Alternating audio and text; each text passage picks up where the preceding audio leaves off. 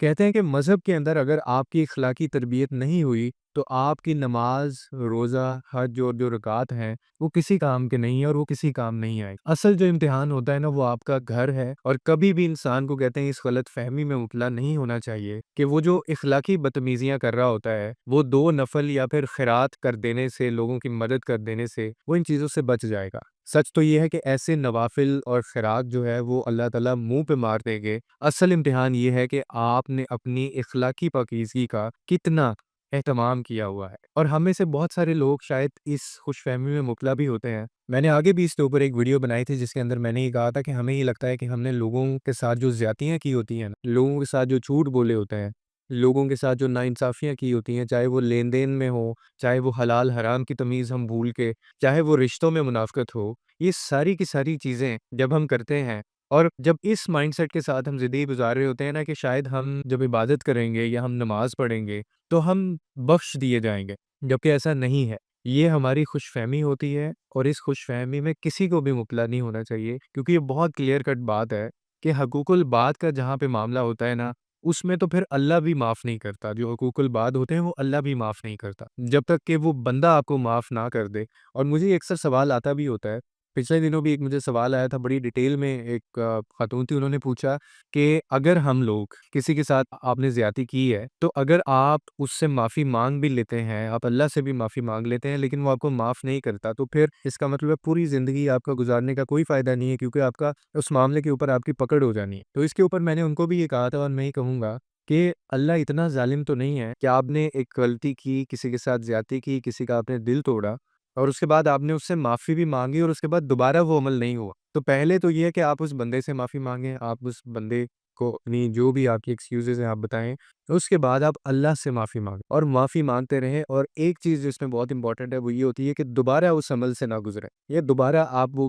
مطلب تکلیف یا وہ جو آپ نے حرکت کی تھی وہ دوبارہ سے نہ ہو۔ اور توبہ کا کانسیپٹ بھی یہی ہے، ہماری توبہ ہم کہتے ہیں قبول نہیں ہوتی، توبہ ہمیشہ وہ قبول نہیں ہوتی جو کر کے دوبارہ وہ گناہ کیا جاتا ہے، ایسی توبہ اللہ قبول نہیں کرتا۔ توبہ صرف ان لوگوں کی اللہ تعالیٰ ان بندوں کی قبول کرتا ہے جس نے ایک دفعہ توبہ کر لی سچے دل سے، اور اس کے بعد دوبارہ وہ گناہ نہیں کیا، اس کے بعد وہ دوبارہ اس چیز کی طرف نہیں گیا۔ تو یہ جو لوگوں سے ہمارے معاملات ہوتے ہیں نا، دل توڑ دیا یا کسی کے ساتھ ناانصافی کر دی، کسی کے ساتھ زیادتی کی، کسی کے ساتھ ہم نے غلط جو ہے اس کو ٹریٹ کیا، حقوق العباد جن کی میں بات کر رہا ہوں، تو ان میں بھی یہی معاملہ ہے کہ آپ نے اول تو اس بندے سے آپ نے معافی مانگنی ہے، اور آپ نے معافی مانگ لی، میک شور کر لیا کہ دوبارہ ایسا نہیں ہوا اور ایسا نہیں ہوگا، اس کے بعد آپ نے اللہ سے اس کی معافی مانگنی ہے۔ پھر یہ ممکن ہے کہ شاید مکافات عمل میں اس سائیکل کے اندر آپ نہ آئیں، یہ ممکن ہے، لیکن آپ اس میں ایک چیز یاد رکھیں کہ وہ دوبارہ عمل آپ کی طرف سے نہیں ہونا چاہیے، وہ دوبارہ تکلیف نہیں ہونی چاہیے۔ ہمارے یہاں پہ تو معاملہ ہی اور ہوتا ہے نا، ہم لوگ ایک طرف معافیاں مانگ رہے ہوتے ہیں، ایک طرف ہم لوگ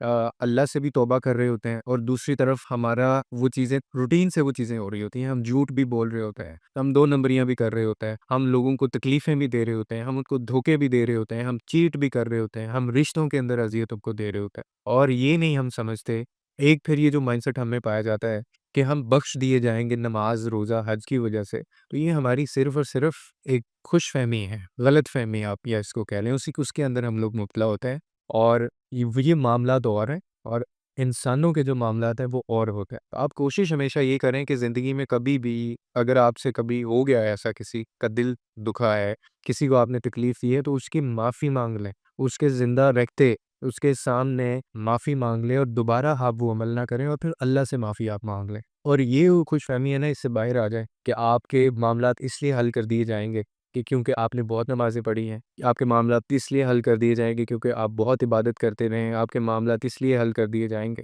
کہ جی آپ کے یہاں پہ محراب ہے، آپ کے معاملات اس لیے حل کر دیے جائیں گے کہ آپ نے حج کیے ہوئے ہیں۔ تو یہ ایک بالکل سیپریٹ ایک سیگمنٹ ہے، وہ آپ کو ملے گا، اس کا جو ثواب ہے، اس کی جو ورتھ ہے، اس کی جو ویلیو ہے، اس کے جو فائدے ہیں، اس کی جو نیکیاں ہیں، وہ آپ کو ملیں گی۔ لیکن اس چیزوں کی وجہ سے آپ کے جو بندوں کے ساتھ معاملات تھے ان کو کمپنسیٹ نہیں کیا جائے گا، جب تک کہ آپ ان بندوں کے ساتھ اپنے معاملات دنیا میں رہتے ہوئے آپ وہ ٹھیک نہیں کر لیتے۔ تو کوشش کیا کریں کہ کبھی کسی کا دل نہ توڑیں، کبھی کسی کے ساتھ زیادتی نہ کریں۔ اگر آپ حق سچ پہ نہیں ہیں، اگر آپ حق سچ کے اوپر ہیں، تو پھر تو اور بات ہے، لوگوں کے لیے آسانیاں پیدا کریں، رب آپ کے لیے آسانیاں پیدا کرے۔